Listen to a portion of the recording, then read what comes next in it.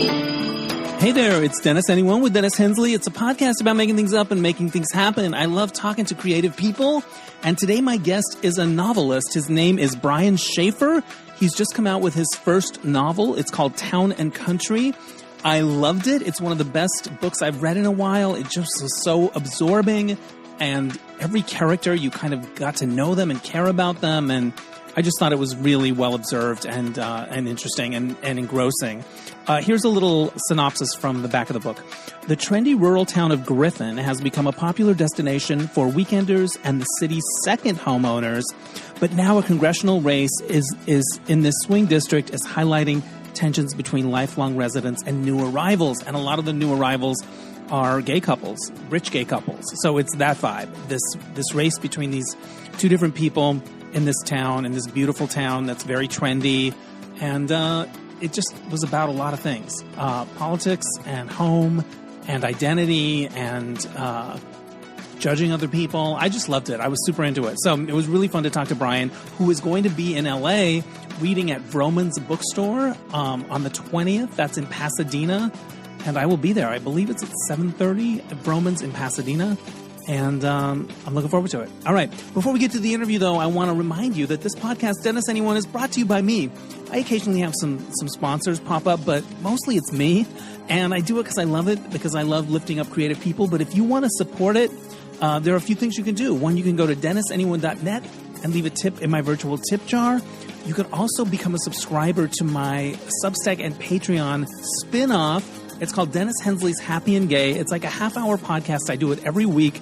And it's a lot of the same kind of topics that I like to talk about, pop culture and movies and creativity. But it ends with a segment about happiness, things that I've found make me happier. I've become very interested in that topic of the science of happiness, what tends to make people happy. So that's part of the show, and I love doing that. And you can subscribe to either one. Substack or Patreon, Dennis Hensley's Happy and Gay. Another way you can support me is I have a new party game coming out, and you could pre-order a copy. It's called Search Party. We're in our pre-order campaign now, and it's a fun game where you use your phone to find fun pictures to illustrate a certain prompt, like something like sticky situation or the elephant in the room, and then you have 3 words to search with and 1 minute to find a picture to go with that idea. So you can pre-order at youdon'tknowmylife.com/search party. And I really appreciate it, trying to get those numbers up because, you know, we decided to pull the trigger this year and try to make this thing happen, my co-creator Jeb Havens and I.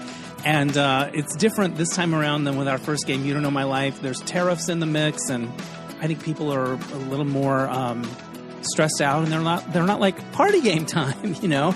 But we're doing it, and we appreciate everyone that's supported us so far. And we need to get a few more orders would be amazing. And by a few, I mean a bunch. But anyway, youdon'tknowmylife.com/search party. We're doing it. It's happening. It's happening. The Mismatch Game, the show that I host at the Gay and Lesbian Center, is coming back on the 22nd of November at 7:30, and a half hour earlier than usual. It's our Happy Blanksgiving episode. First time we ever did a show around Thanksgiving, and that'll be really fun.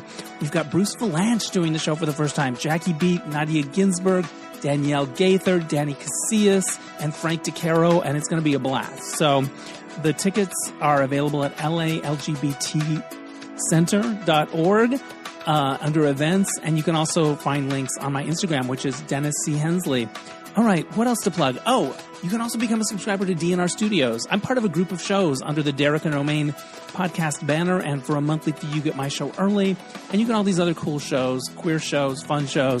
So you can learn about that at dnrstudios.com. All right, that's it for the plugs. Here now is my interview with Brian Schaefer, author of the book Town and Country.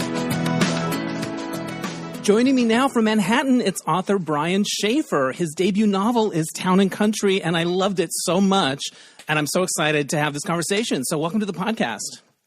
Thank you so much. Great to be here. I did the audio version of your book, and it's one of those, the writing and the sentences are so artful and beautiful that you're just sucked in, and I'm like, I'm in. Like, I was in, like, within a minute. Like, I'm in.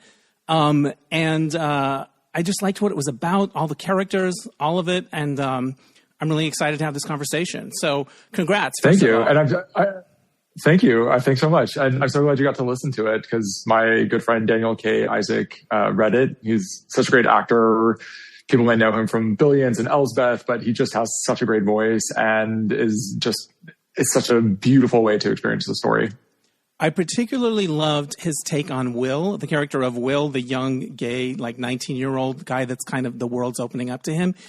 Will he has shorter sentences and he's not super verbal, but you could really hear it in his voice. I felt like, oh, I remember being that guy, that age. So, it's great. Starting off, how would you describe the book to someone who knew nothing about it? It's about a congressional race in a rural town, and it's about the way that the race upends relationships and challenges loyalties amongst a local family and a group of gay second homeowners. Right, and it starts with a parade in the town for Memorial Day.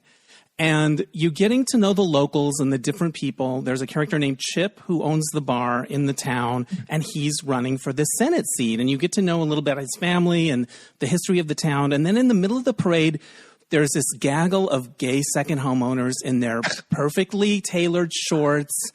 And there's this feeling of I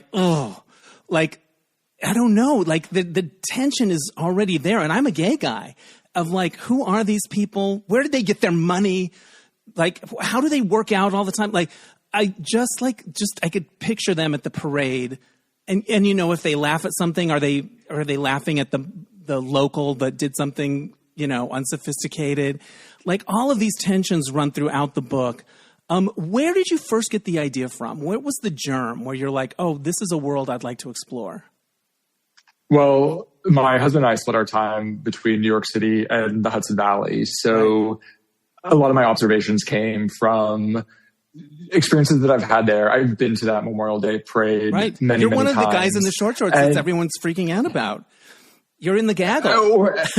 And I've also seen them too from across the way. Right. And just had a moment of, gosh, that's me also. And how am I being perceived here? What do people assume is my role and my impact? And what is it? And, and the value also of showing up to that parade to actually say, and I'm part of this community and I care about it and I'm here to support and participate.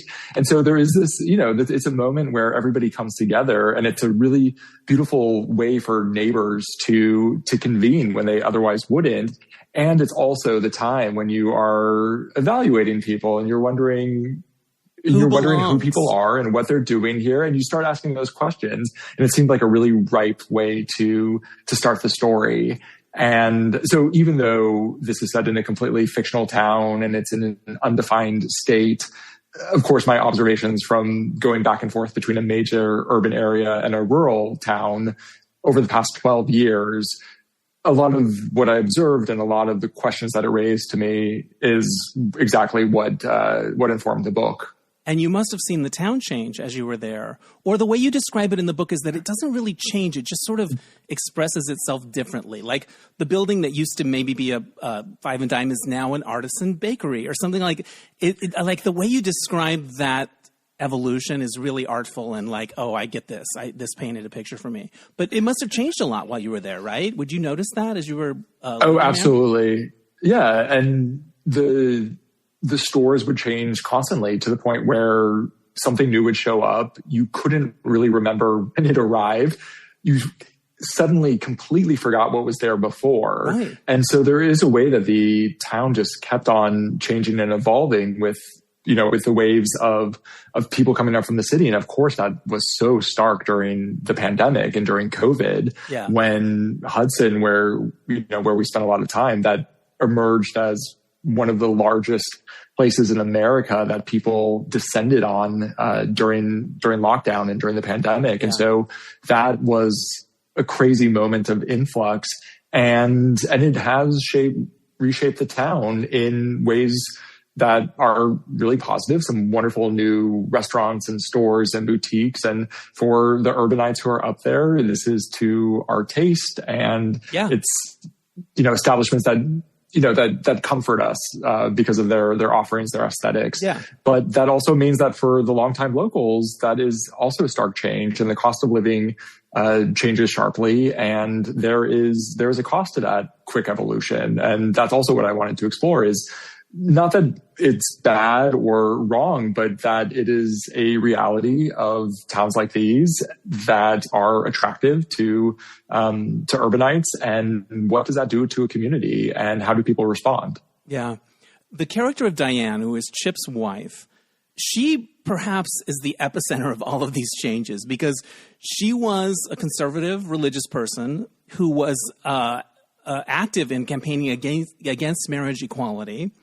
She became a real estate agent, which kind of saved the family's skin financially. And a lot of her clients are these gay couples. And so there she is in this one person tied up in all this stuff. And there's no easy answers, right? And there's nothing, and we're not even sure what the problem is, but it's so complicated in terms of this place, how it affects this place. Talk to me about Diane. Like, where does she come from for you? Was she inspired by somebody that you knew? There's something about her that really touches me, because she's trying to keep it all together. She's trying to hold it all together. I love Diane as a character. She was really fun to write. And she's not inspired by any particular person, but I think she's inspired by an idea, also a kind of observation that in my life growing up, as I started to imagine myself getting married and realizing that the predominant voice that was vocally against marriage equality tended to be a Christian voice.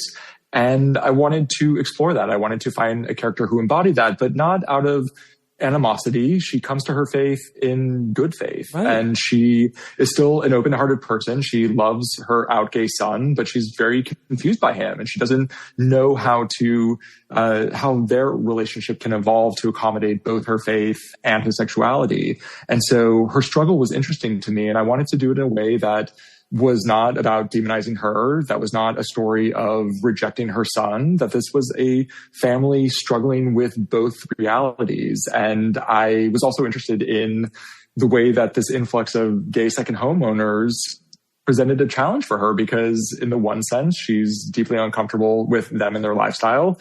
In another sense, they've given her a sense of professional pride that she never knew she could achieve. And so she's kind of killing it. She's kind of killing it as a real estate agent. She's good. She is. She's great, and they love her, and she loves them too. You can see the fondness between them all, despite the fact that they're coming from such different places.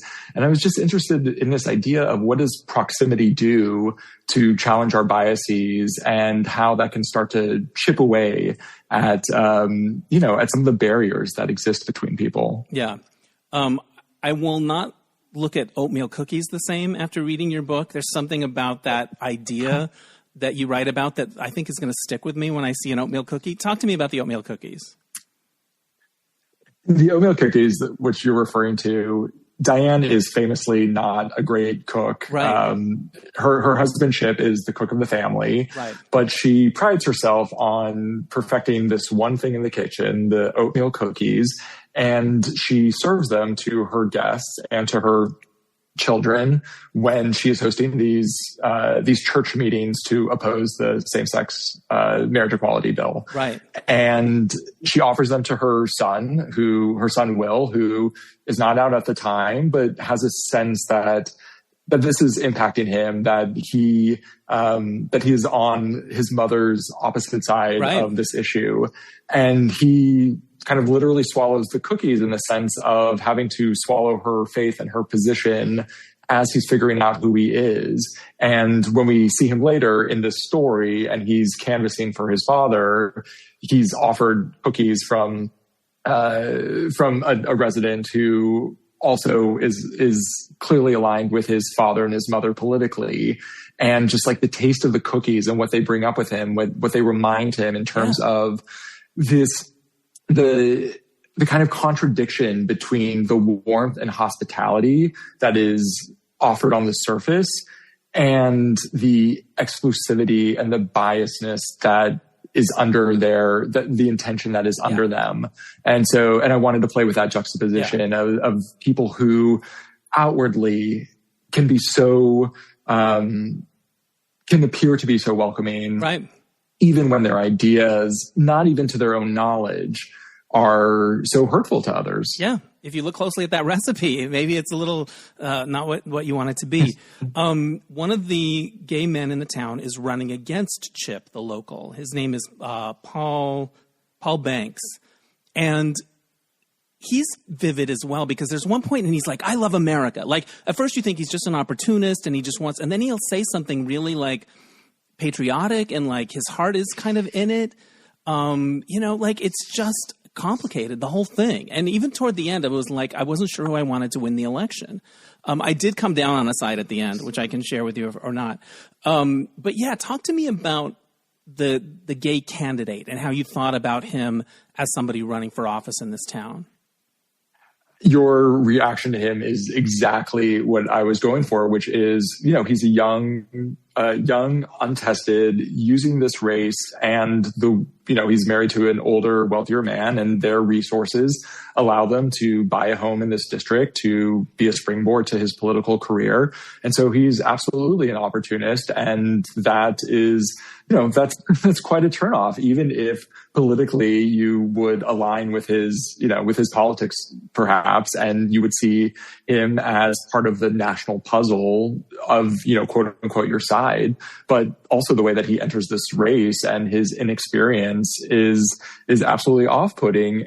And yet that would be a very easy thing to satirize, that he could easily be a parody of just kind of the oblivious, rich opportunist. Right. But I did want to imbue in him a sense of sincerity, that he genuinely cares about this new community he wants to represent, that he is making the effort to learn about them, to connect, to understand the issues, and that there is that he takes some serious steps in his growth as a candidate. And over the 6 months, he becomes more mature. It changes the power dynamics in his marriage. And he's not a caricature of this opportunist that you thought he was. And that's something that I wanted to apply to every character, is that the easy way of dismissing them is not who they are by the time we get to know them at the end of the story. And you do that with all your characters. You write a little bit about them, and as a reader, you get them, you feel for them. On both sides of this election. It's really wonderful that way. I understand that you have a book club with your mom. You have a book club with your mom. Yes. And when did that start? It started a decade ago. So we actually just had our 10th year of this. How does it work? And it began, is it just you two? It's just us two. Okay. And it's evolved. And the way that it started, we didn't decide one day to start a book club. It started because I had always wanted to read Middlemarch. And her birthday was coming up, and I thought it would be fun to buy her a beautiful copy of it and present it to her and invite her to read it with me. She's also a big reader, but at the time she was managing a big department and had a very full life, and offering her a 1,000-page Victorian novel was a bit daunting, but she was game for it.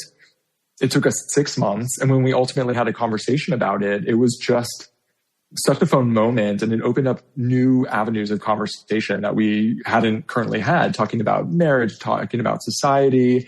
And we both just enjoyed having shared that accomplishment.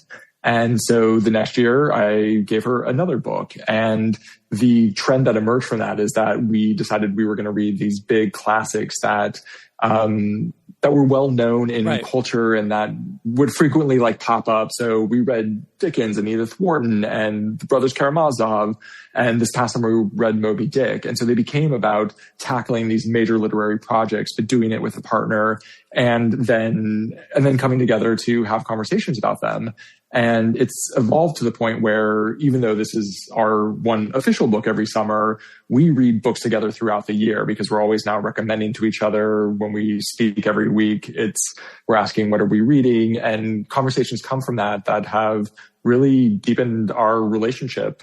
We've always been close, but the books and the literature that we read have offered entry points into topics of conversation that wouldn't naturally come up otherwise. Right. You get a sense of like, my parents are no longer here, and I never really had great conversations with them. They died when I was like in my 30s and stuff, and I just never really picked their brain as people. They always were just my parents. What did these book of readings with your mother, how do they affect your writing in this book? Because you're getting a sense of her as a reader. Did it have an effect on how you tried to tell your story? Yeah, absolutely. Because I think very early on, I realized that I wanted to write this book for my mom, that in reading these other books with her and seeing the way that she thinks about it and what she enjoys and appreciates from reading, I wanted to make sure that my book would be something that she would enjoy, which was an interesting challenge for myself, writing about politics, writing about a gay community, writing about all the other themes in the book. Modern relationships, right, and the opioid crisis and faith and AIDS.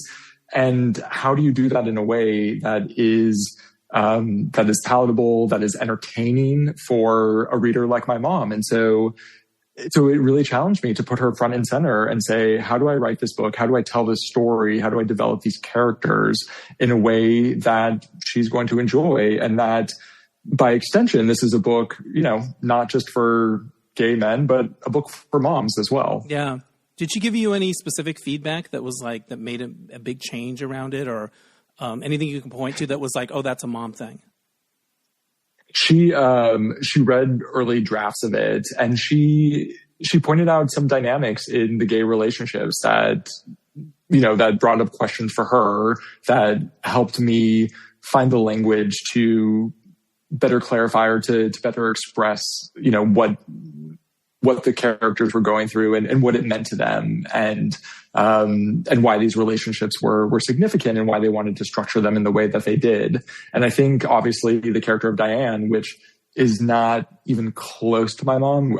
Again, we have Diane, who is this devout Christian, in this small rural town, and my mom is a Jewish woman who grew up in Los Angeles and still lives there. So worlds away. And yet I think a lot of Diane's decency and dignity and just her sense of confidence and sense of self is something that I definitely borrowed from my mom. That's beautiful. I think the character that touched me the most maybe was Will, the 19-year-old son of the local candidate, and Diane.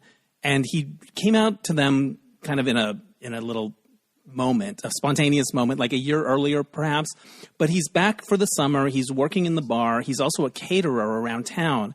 So he sort of starts to hang out with this group of gays that don't know that he's the son of their foes, the political candidate on the other side. And there's something about his coming of age that was so evocative to me. I reached out to your publicist and asked if you would read a part of the book. Did you get that message? Are you up for it? I'm totally up for it. Okay. I'm not sure which part we're reading, but I'll I'm totally tell you exactly which whatever part it is. There was something about this that I remember the way it felt to read it. It reminded me. I'm looking at like page 109, 110, 111. Yeah.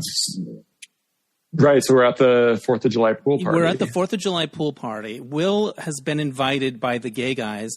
And I think he thinks because he's a caterer that he's there to kind of help. But then he sort of realizes, oh, I'm also a guest.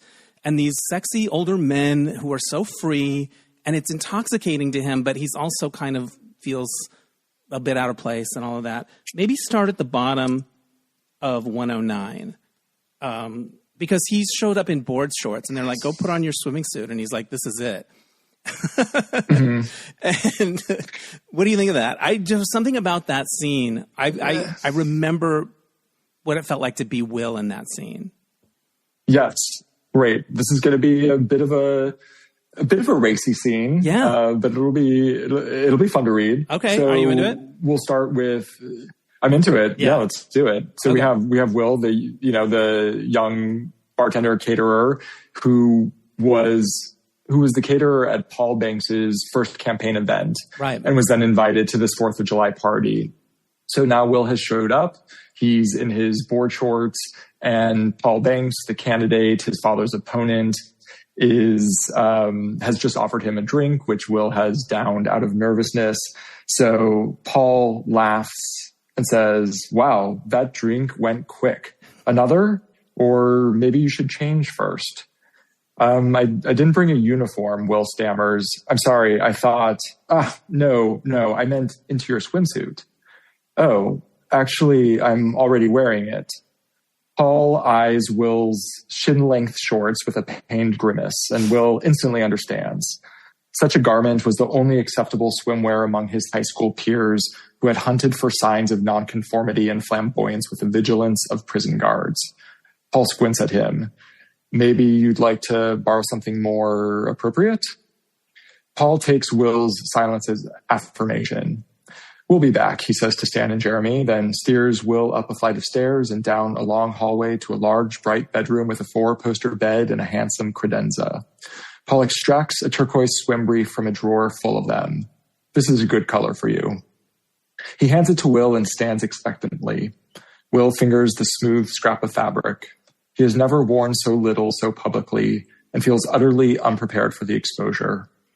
Paul gives a prodding cough and raises impatient brows, and Will realizes that Paul intends to watch him try it on.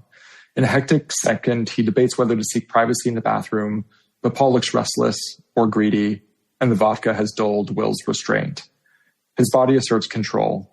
Feet fling sandals, hands untie shorts, and waist bends forward so his large shirt becomes a cotton shield of modesty, as it was in the high school locker room. Will's shorts puddle at his feet, and cool air tickles his testicles as he quickly steps into the springy turquoise fabric. He stumbles, hops on one foot, surrenders to Paul's gaze, and pulls up the suit with such speed that, for a second, his brain sparkles whitely. The spandex sucks at his hips, and air conditioning cools his thighs. He cannot decide how best to position his bulge. All options feel lewd. And yet, the suit's snug skimpiness conjures an unexpected, buried naughtiness. He's into it. That good? He's into it. Yes. Yeah. When I was in my early 20s, before I had really come out or been with anyone, I worked on cruise ships as a dancer and singer and stuff. And in my first contract, there was this group of older gays that came on. Well, older by then, probably like in their 30s or 40s or whatever. Some were couples or whatever. And part of our job was to schmooze with people. And I remember talking to them and getting to know them, and they invited me to have dinner with them in their dining room. And so I asked the cruise director if I could do it, and I did it. And I didn't realize that I was sort of like this object of desire, because I didn't feel that way about myself. But I was young, and I was a cute little dancer or whatever. And and there was one that I was kind of like the one that, oh, okay. But I still kind of didn't get it. There was a naivete to it. But I was also, I didn't say no. I wanted to go to that dinner. And then I remember, like, I think I ended up in my cabin with this guy, but nothing ever happened. But it was clear that he wanted something too. And I don't know, I wasn't into it or whatever. But I was that young piece of chicken that doesn't quite know, but is intrigued and wants to come there. And that way that, you know, and you want to wear the fucking Speedo, man. If you're like, it's sexy to, you know, like looking at underwear in catalogs, like that's the cut you want. You don't want the board shorts.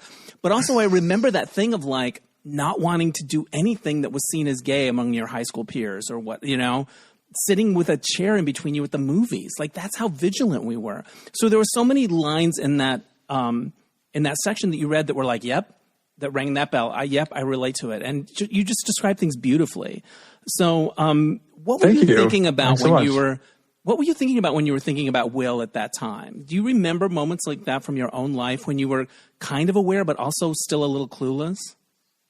Oh, absolutely. Yes, drawing a lot on that sense of naivete when you feel the impulse, you feel the pull. There is an attraction to this world and people are inviting you in. And of course they're doing so not because you have any sense of yourself or because you're articulate or because you're contributing anything other than just being a young person. Right. And of course you're oblivious to that and you're seduced by the attention. And so I wanted it to be the seduction for Will certainly over the summer. Yeah. And we see that, the book is divided in 6 months. And so in June, July, August, it is Will's seduction into this world as he is brought closer and closer in. And there's a way in which it can be creepy when these older group of guys are handing you a Speedo and say, change into this. And at the same time, Will is meeting them halfway. Yes. There is an intrigue that he's bringing, and it does unlock something for him, that there is something that allows him to embrace his sexuality in a beautiful way. And this is not a story of exploitation. There's nothing untoward that happens in this. Everything is completely consensual. And even though it is essentially a group of older men who are ogling this beautiful young boy, they're also offering him a glimpse into a world of camaraderie and a sense of self-confidence and self-embrace that he has never had before because nobody has ever shown him how. And so there is this mutual relationship that is happening, and Will absolutely voluntarily goes on this journey. Right. And I also wanted to show the way that confidence that they give him, the person that he becomes after this 6 months, also allows him to relate to his family in a different way that actually strengthens their relationship ultimately. Yeah. I just thought it was so evocative and resonant, and I could feel it. You could feel the pool and the sun. And I also like that Paul's kind of like, yeah, I'm running for office, but I'm having a gay pool party because it's noon. You know what I mean? I'm like, he's a little cavalier of like, I can do what I want, kind of. I've got the money. I want this kind of drink and that. And also the way you describe the stuff in the town, the furniture, who has nice things, who doesn't. Like, it's just very vivid. There's characters that struggle with addiction, that struggle with opioids and stuff like that. That part of the novel, how did you research it? What did you observe when you were working on that part of the novel, and why was it important to include that? I did a lot of research. I don't have personal experience with addiction in my family or amongst my friends, although many of my friends do have experience themselves and were helpful in sharing their experiences. I read a lot of books, and I also participated in local opioid response recovery meetings, and I learned the science of it and how to administer Narcan to reverse overdoses, and I learned about the way that it impacted the Hudson Valley, our region up there. And this was a moment when I was writing it in 2020, when I think the full extent of the national opioid epidemic was really becoming more visible and prevalent in the news. And I was interested in putting that in conversation with the legacy of AIDS, which impacts one of the characters, Stan, and looking at these two epidemics side by side that affected such different communities in such different ways, and yet shared a sense of stigma that was attached to it, a shame that came from the community, and also the attempt to how it changes the way that you relate to your spouse, your family, how they see you, and how you see yourself in those moments. And there were enough parallels that it felt really interesting to put them into conversation, because it became a way that these two very, very different communities in this place have a shared connection around shame and stigma. And also at the same time, places like the Hudson Valley, or in this case, the town of Griffin, any place outside of urban areas where, the resources, the wealth of the city has infused it and made it, a desirable escape, we tend to romanticize them. I mean, you can see all the travel magazines where, these are the hot restaurants, the farm to table, the cultural offerings. And so, but these are also regions that do struggle with issues of addiction and food insecurity and poverty. And it felt important for especially the gay second homeowners to puncture their bubble of how they imagined this town that is their weekend escape. And what happens when that social bubble is burst? And what do you do with the new information? How do you respond to it? And how do you participate or choose not to? Right. Are you going to be part of it? Are you going to, try to help in a way? And you kind of explore that through the character of Eric. Talk to me about Eric. I really loved him. I really connected with him. The way he was he wasn't just popping in for the weekend. He was building a life there. Yeah. Exactly. What I wanted to show, and the reason that there are 6 point of view characters, which is a lot for a piece of fiction, especially one that is relatively slim, is because I wanted a lot of different entry points into these dynamics and these issues. And it felt important to have certain bridges and to illustrate different ways that one can choose to participate.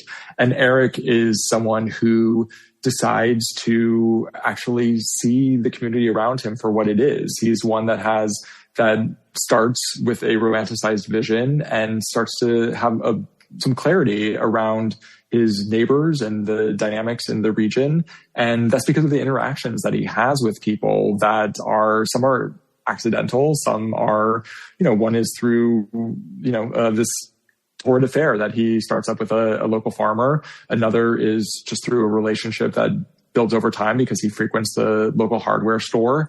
And I wanted to show the way that those interactions and the decision to open yourself up to your neighbors and to see the reality in front of you changes the way that you think about yourself and your role in a place. Yeah. What did the people in your town that you live in, Hudson, were they aware that you were writing the book? Is there a store there that you're doing an appearance? Like, they're kind of getting a little bit of a moment in terms of inspiring something. What's it been like to talk to your neighbors there and say, hey, I'm writing a book about loosely inspired by this town? There was a lot of curiosity. Right. And also Hudson in particular in recent years has been the subject of a few novels that have come out and been quite big. So Gary Steingart's Our Country Friends, set during the pandemic, is based around Hudson. And then Big Swiss by Jen Began, also another Hudson-based novel. So I think Hudson is getting used to its literary fame. Yeah. This was a story that I was sharing with my friends as I was working on it. I think there was a lot of curiosity as to my approach. And I think there was a degree of concern in terms of what I was sharing, what I was exposing, how I was critically looking at it. And so there was a lot of reassurances that my goal was to both celebrate kind of our life there, and also to look clear-eyed at our role and responsibility to neighbors. And local friends up there, I recruited them into the process of helping me better understand the region. So whether that be bringing me along on a cow milking or again, to understand kind of the agricultural impact of the economics. And also, with my friends to let them know, make it very, very clear that there is not a single character in this book that can be traced to anybody in my life, that it was very important to me to fully fictionalize this community. And that's another reason why I set it in a fictional town, in an unnamed state, in an undefined time, so that we really removed the association. And of course, Hudson is the reference point. Obviously, that's where I've spent a lot of my time. But it was also important to me that it is not Hudson, that I wasn't trying to describe those dynamics exactly, but that it was really more about anywhere in the country where you have a trendy rural town that is just outside an urban center. Because I'm hearing from readers that whether it's California or Tennessee or Florida or North Carolina, that everybody knows a town that fits this profile, and they know these dynamics. And the intent was for people to be able to bring whatever town first comes to mind for them. That is the town that Griffin is based on.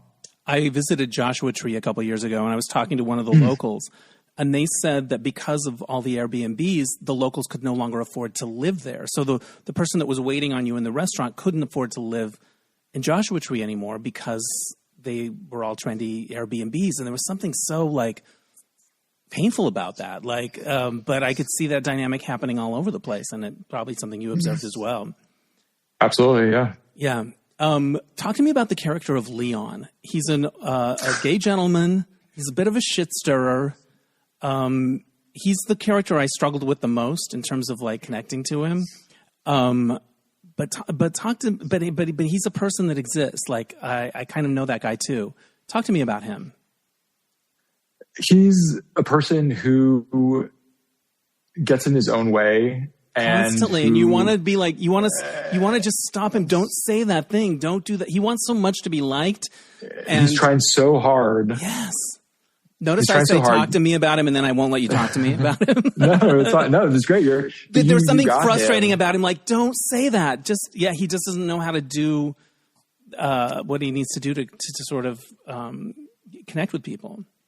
Yeah, there's an absolute desperation there. And there were moments when I wondered if what he was adding to the narrative and whether he was necessary, whether he was actually illuminating the themes that the other characters do, specifically around politics and family.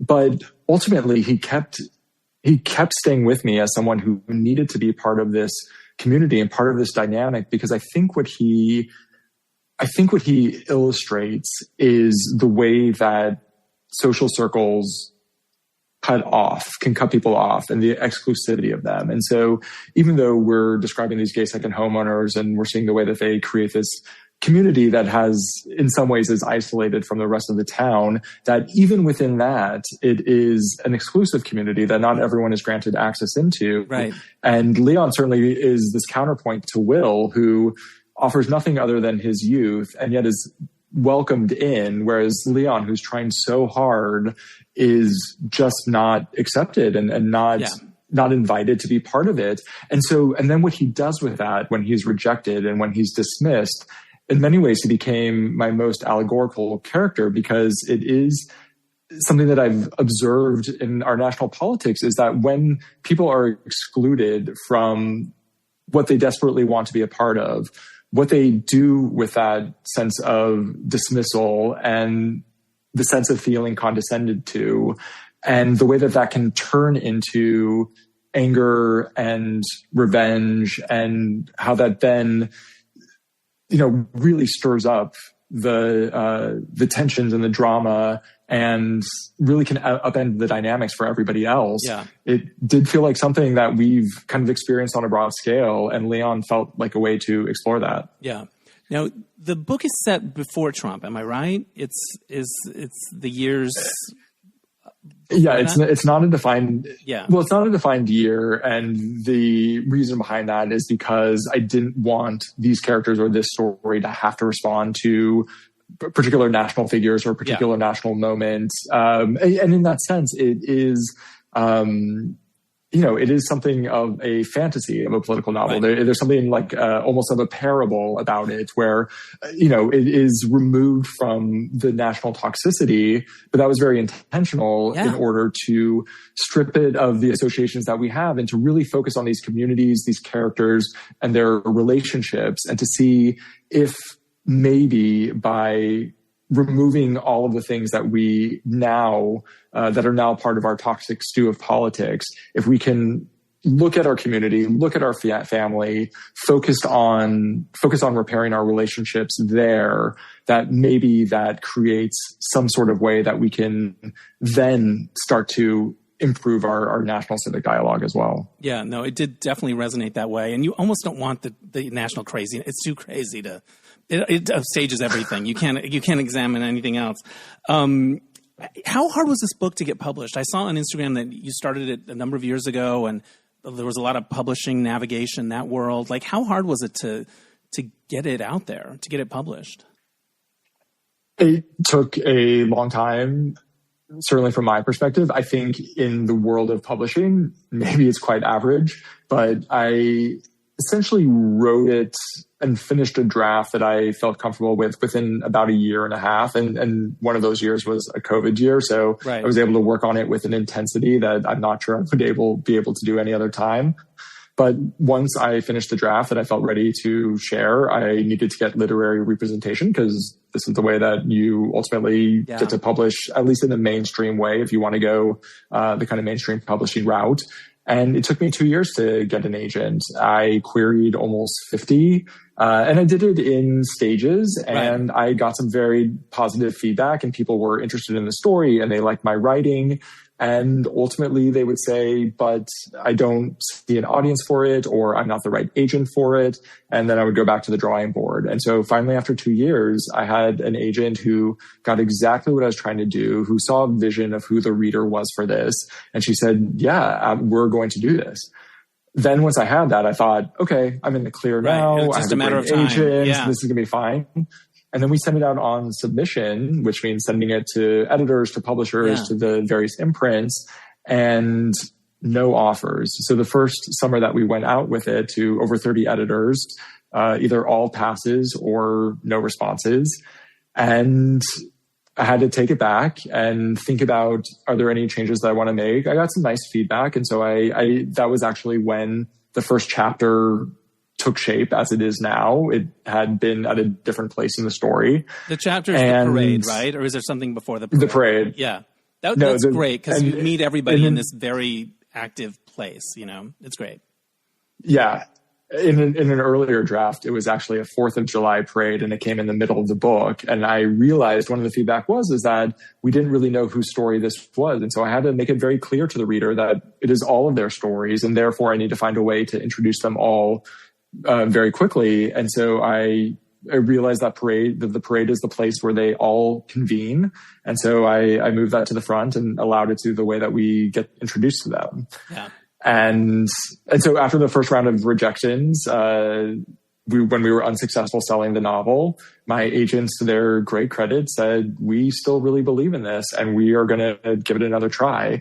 And they did. And on our second round, we sold it in 2 weeks to Atria. Fantastic. Did you get down during that process? What kept you believing? I love to talk about resilience and of artists on this podcast, and like how people stick it out and how they manage all of that.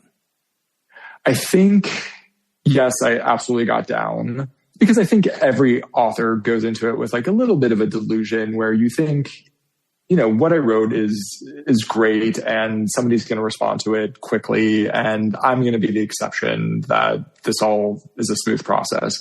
Of course, that's never the case.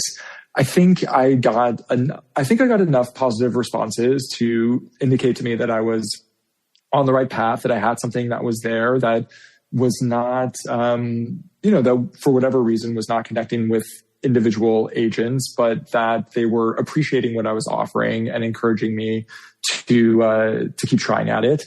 I think also the fact that at each stage I saw opportunities for improvement. And so when I got this feedback and I relooked at the manuscript, sometimes after months in between, I could see areas that I still felt could be improved, or I had a new idea for, well, maybe I rearrange this chapter, or maybe this character does something different that changes the dynamics here. Yeah. And so I think the fact that I was still engaged in the story was the thing that helped me continue to keep the hope alive. And, and then once I got the literary representation, their encouragement that to understand that this is how a business works and this is how the industry works. I learned a lot of patience, and I think I decided at the very beginning that I was going to enter this process playing the long game. And so I decided that I want to be a writer. I want to write novels. And that is simply going to be my long-term goal. Right. And so all of a sudden it took the pressure off of this particular novel. Right. Because if this novel didn't sell, then I would write another one, because my long-term goal is to publish a novel. And so I think removing the immediate goal and looking at a long-term goal was the thing that kept me going, and just deciding I'm playing the long game. So all that's required of me is patience and persistence. Yeah. I probably cried a few times in your book, because I cry at the drop of a hat. But there's one particular point where I remember going, oh my God. And you can say as little or as much as you want about this moment, but it's when Will says out loud, Chip Riley is a good father.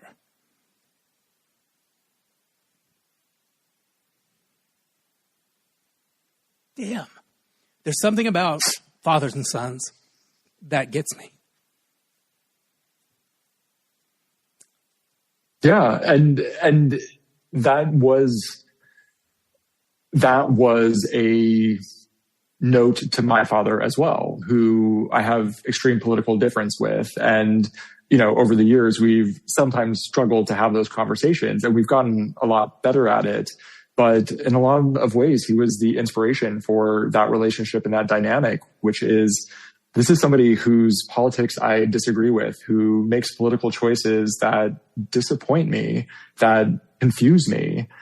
And yet he is a great father, and I would not change anything. And the fact that we disagree on the politics has actually allowed us to have a degree of depth in our relationship that I'm now very grateful for. And the credit that I give him for still being open to me, for not letting politics get in the way of our relationship, and for the fact that he has just been nothing but completely supportive of every decision I've made in my life, and particularly around writing. I mean, he was my biggest writing champion forever. Right. And so to write that line, to be able to illustrate that dynamic between Will and Chip, is very much a thank you to my father as well. Yeah.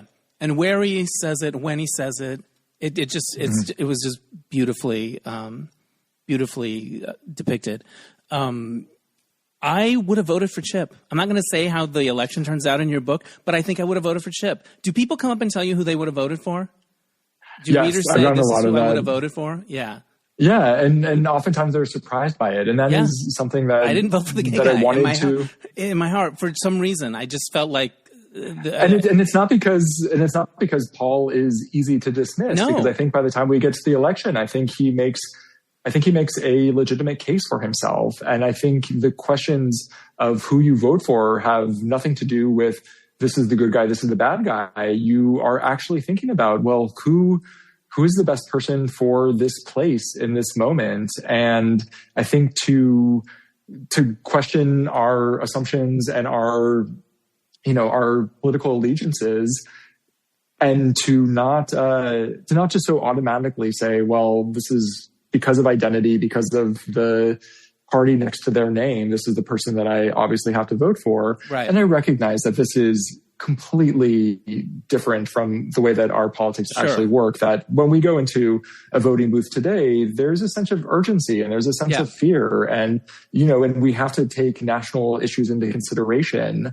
But I think that there was something really, really valuable in the exercise of taking all of that away and asking ourselves whether we could find, in a certain circumstance, we could surprise ourselves in who we might connect with. Right. Also, there was a little bit of a theme in your book, which is certain things come out about the candidates as the story is unfolding. And I think the culture is shifting where if people own their shit, we're a little more forgiving than maybe we would have been 10 or 15 years ago. When, you know what I mean? Like, because we've all got shit. Like the conservative, I think Chip in this has a gay son and a son dealing with addiction issues and recovery. Like 10 years ago, maybe that would have been a deal breaker or whatever. But people go through stuff, and I think maybe we're growing up a little bit in that way that everyone doesn't have to be so spotless. I don't know. And then stuff comes out about Paul as well. And I think ultimately, we distinguish between when people are acting in good faith and in bad faith, right? And it was important to me that everybody in the story act in good faith. Yeah. I also recognize that is not actually reflective of our politics today. Another reason why the story does have a sense of a parable to it is because it is filled with characters who are acting out of decency, even if they have different priorities. But again, it was an illustration of, well, what would it look like if, despite everything that everybody is dealing with, people still acted in good faith with the best intentions of their community at heart? When you start a story, I'm sure you have ideas that you're exploring and characters and things, but a lot of times things sneak up on you. Was there something that you discovered as you were writing, a character or something that, oh, I didn't know that, but I feel like that's right, that surprised you as you were writing it? Well, I think it's the way that all the characters kind of inserted themselves and insisted on being there, because I think in my roughest early draft, it was primarily Will's story, and I thought he was going to be the main avatar into it. Right. And so I think the thing that surprised me is when I suddenly started writing from Diane's perspective and suddenly found myself with her at church and realizing, oh my goodness, I'm a gay Jewish man, and I'm finding that I have sympathy and a fondness for this religious Christian woman, and I need to understand who she is and how she got here and what her faith means to her, and how it becomes challenged in this story. And that was not part of the plan. That was not part of the playbook when I went into it. But I think as I followed each of these characters, same with Joe and his addiction issues, it was suddenly this is something that I need to understand and to try and enter his experience and how it affects his relationships. Yeah. I'm not going to say how it ends, and I might even cut this part out. But did you always know how you wanted to end it? Can you say anything about the ending, your thoughts around it without giving anything away? Or how you thought about it? Yeah. Yes. The ending was absolutely the intention from the beginning. And I think in a lot of ways is the philosophical underpinning of the book, because as we were just talking about, the questions that it raises in terms of which characters we relate to and respond to, and the way that the questions that we ask ourselves of what we would do in that situation, in this election as well. The only way that a reader is given space to ask those questions is because of how the book ends. Yeah. And so I didn't want to take away that opportunity from the reader. And so it felt very necessary from the start, which is also the reason that I wrote it in the present tense, is because I wanted us to follow these characters and follow this race all the way up to the moment of the election, and to not go beyond it, and to not be able to, from a distant future, look back and have any knowledge about where we're headed. There's a scene in the middle of the book that breaks my heart a little bit, which is Will has become part of this gay group, and they've took him under his wing, and they're hanging out. They don't know that he's Chip's son, and they've had a few drinks, and they go vandalize Chip's signs, campaign signs, and Will is in the car, like, oh, devastating. Like that image of like stealing campaign signs, so juvenile, and he's there, he's stuck in a way. Anything you want to say about that sequence? Yeah, that was a key sequence where you see this is like the intersection of Will's sense of loyalty, his sense of betrayal and shame. And the other thing that I wanted that's really important about that scene is it's also a moment of triumph. You know, one of the guys that he's been lusting after, it's the moment when he finally is able to make that happen, and there's a cost to it. Yeah. And so I wanted in this moment, in this scene, to play with the sense when he has to make a great sacrifice to get what he wants, and what the cost of that is. And that scene is the seed that's planted that leads us to that moment when he has to find his way back to his family. Yeah. It was just like, oh my God, they're not going to vandalize the signs. This is bad. Anyway, like I was just a wreck. You love dance, and I'm a dancer, and I love dance. You wrote an article about So You Think You Can Dance in the New York Times, which I devoured. I love all of that stuff. I still dance. I audition for things. But yeah, when did you fall in love with dance? Are you a dancer as well? Or I know you've written about it a lot. Not a dancer, but I fell in love with it quite early. I fell in love with it dancing in the High School Musical. And what musical? Then when Were you in it? Yes, I was in Joseph and the Amazing Technicolor Dreamcoat. You were. And also in MAME. All right, solid. Okay. Yeah. All right.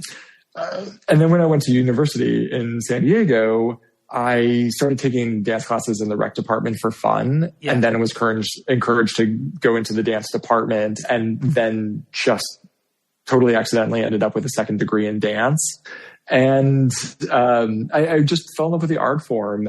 And then, but part of the requirement for the major was a class in criticism and aesthetics. And it was a writing class about dance. And so that also became a way that I was really excited engaging with the art form, and very quickly realized that writing about it and seeing all the performances was more fulfilling for me than the actual performance. And also having gotten into dance as a 20-year-old guy, I just did not have the technique and the flexibility and all that to have a very robust career.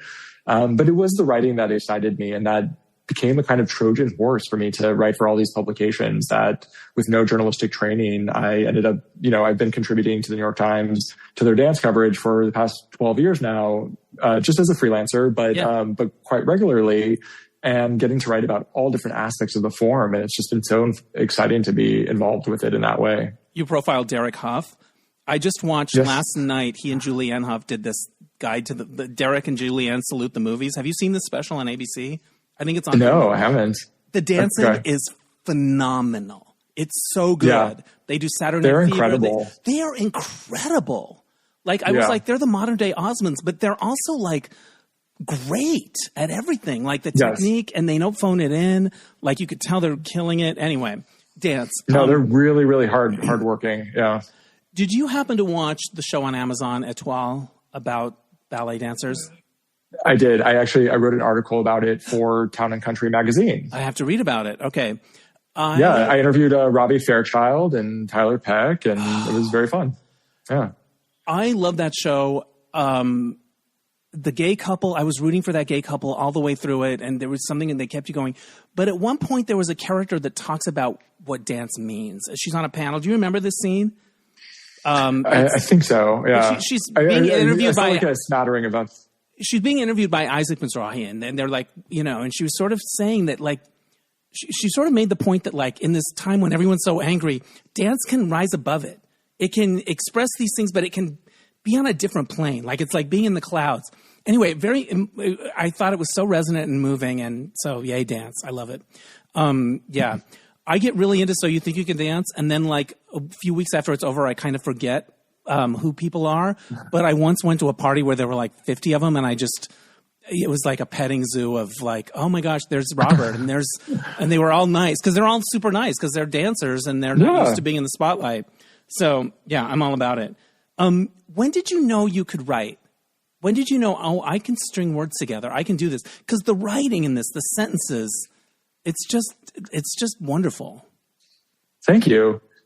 I think my parents' answer to that was in the 4th grade when I won some sort of writing contest, which for them just meant that this was all meant to be. But I actually didn't do any creative writing until basically grad school. I mean, I took one creative writing class in undergrad, but I had to drop the class to get a job. And so it wasn't until grad school, which also I had no intention of going to grad school for creative writing, but I was living abroad, and it was the excuse to continue living abroad that was more justifiable than working in a coffee shop. But I think through the dance writing, I had a sense that I really enjoyed both, and I think dance really helped with this, is the way that you're both describing and analyzing at the same time, that you're looking at something that is very abstract and you have to find a very clear, efficient way to convey that to your reader. And in the process of describing, you're also trying to convey a sense of meaning. And I think that practice of the dance writing is very much informed my approach to fiction. Right, because you have to describe something that there's no text. It's just visual.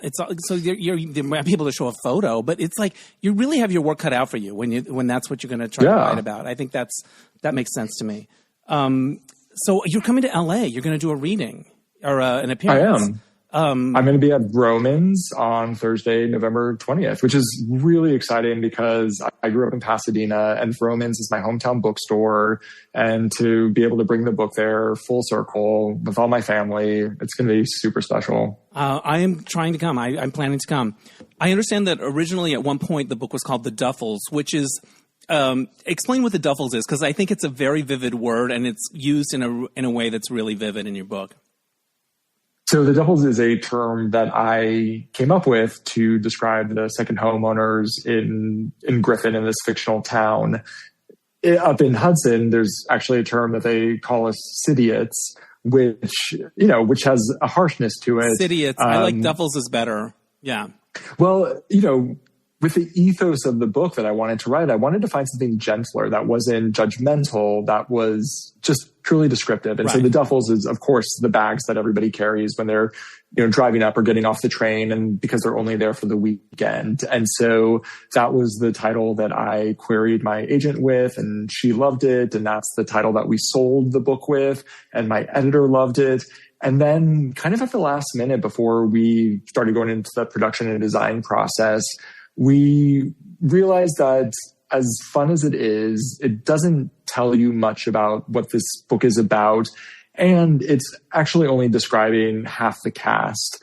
And so there felt like a inherent imbalance in terms of who the story was about. And we wanted to find something that, that presented the contrast a bit stronger, and that was also more descriptive. And so at the very last minute, one of my agents proposed Town and Country, which we all loved, and then immediately said, okay, but are we allowed to do it? Isn't this already taken?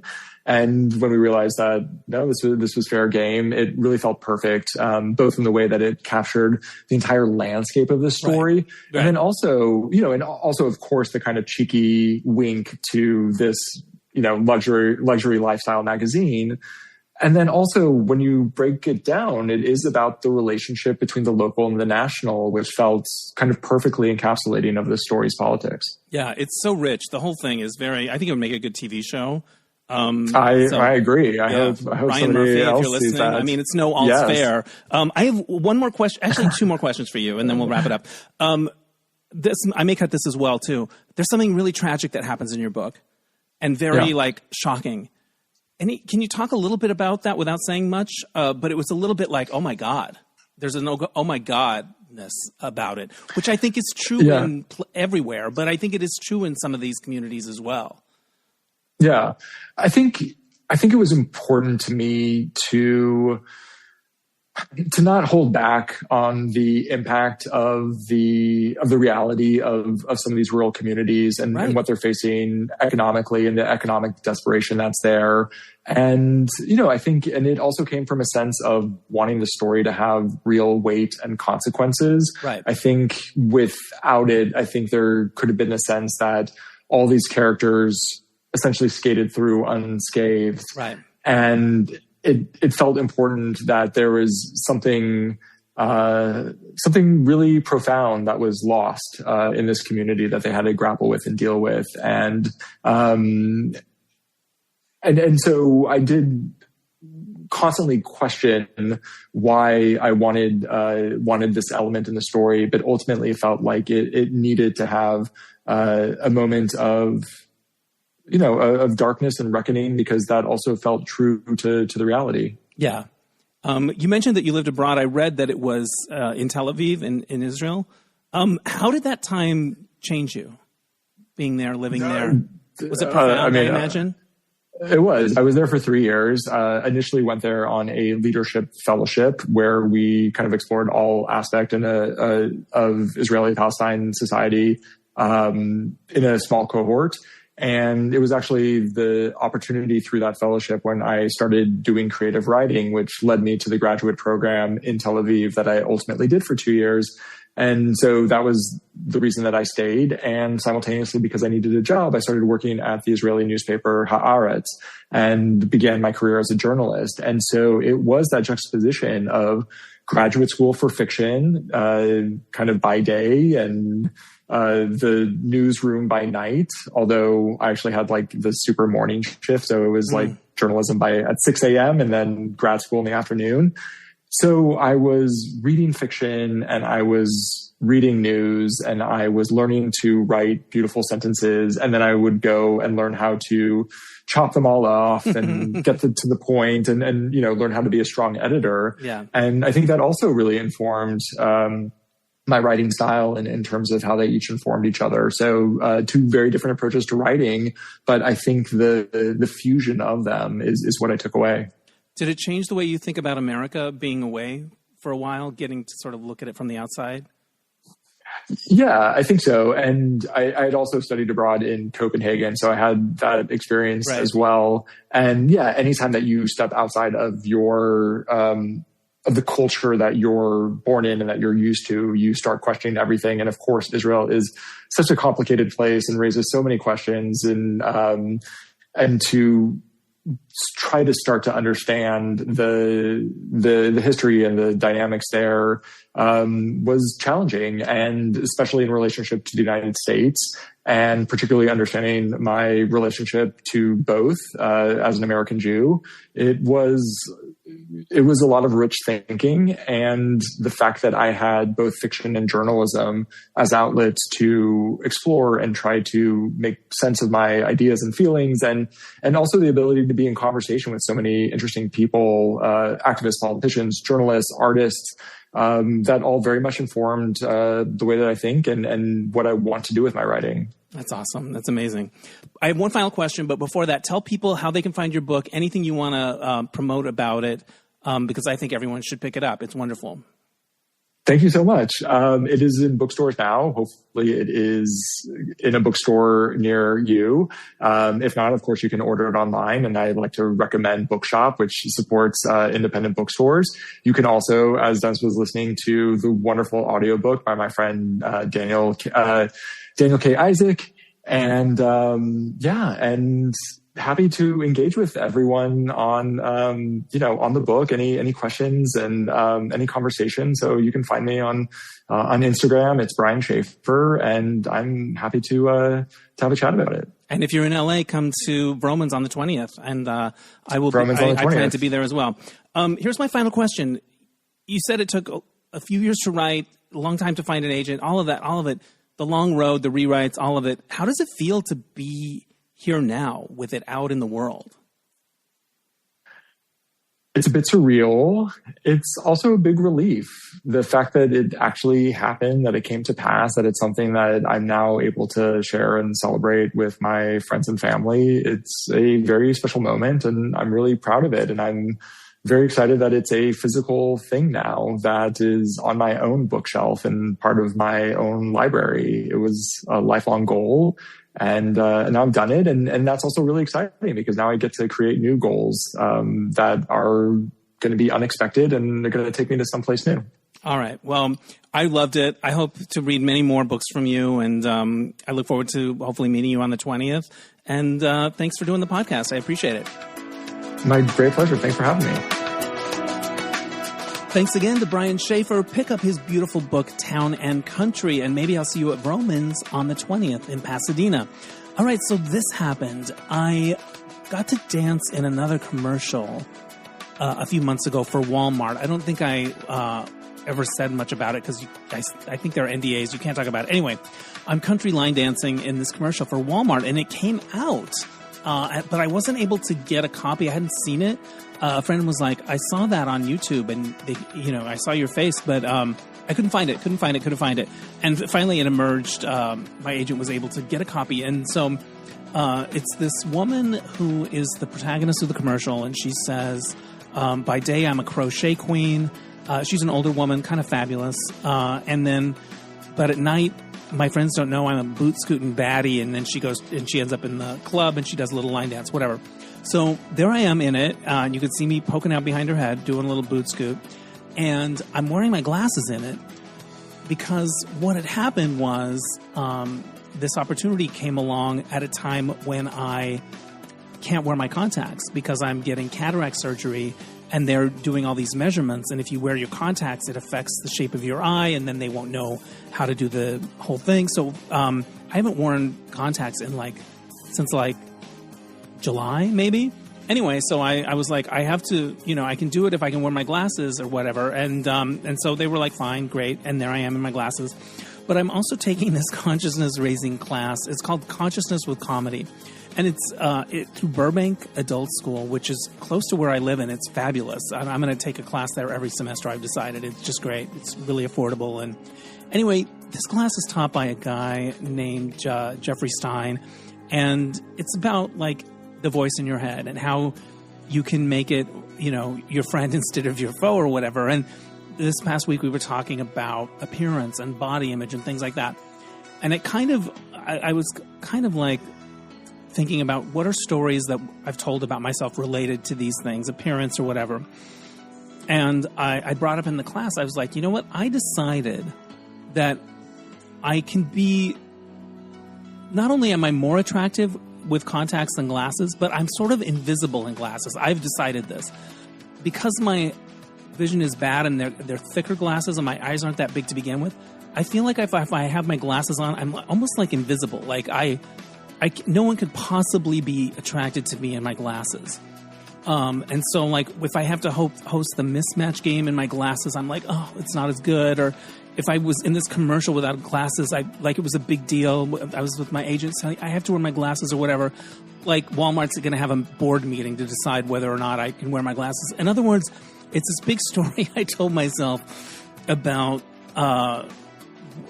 being unattractive or virtually invisible in my glasses.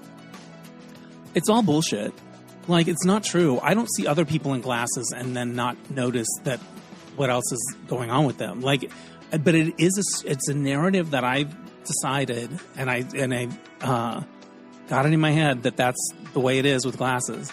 And so I've decided I'm going to change that narrative, and I'm going to like be good with my glasses, like and more confident, and like not decide that I'm virtually invisible, and don't be like, I have to do the mismatch game in my glasses. You know, I'm excited as hell to get this cataract surgery, by the way, because my cataracts in my right eye are like no joke. I can't see much. But anyways, it's interesting to think about those stories that we've told ourselves about things related to looks, body image, any of that stuff. And this was one for me, is like that sometimes I'll be out in a group and we're like, let's take a picture, and I'll take off my glasses to take the picture. Like, because I feel like, I don't know, I'm invisible, like a non-entity in them. But I'm going to change that. I'm going to own it. I'm going to be like, yes, here it is. So there's that. And the other thing I want to mention is that Brian, our guest today, I asked him a couple of questions from the observation deck, and they're going to be part of Dennis Hensley's Happy and Gay on Substack and Patreon. And so if you subscribe to one of those, you will get to hear his stories. And one involves a Nicole Kidman encounter. So there's that little tease. It's Dennis Hensley's Happy and Gay on Substack or Patreon. Same content on each site, $5 a month. And sometimes I put free stuff up there for anybody. So check it out. I think that's all the stuff I have this week. My glasses, my commercial, and my epiphany, and Nicole Kidman, and I'm Brian. So there you go. Before I let you go, I want to give a shout out to Oscar Rosario for mixing the episodes. My theme music is by Mark Daniels for Replacement Music. We'll catch you next time on Dennis Anyone. Bye.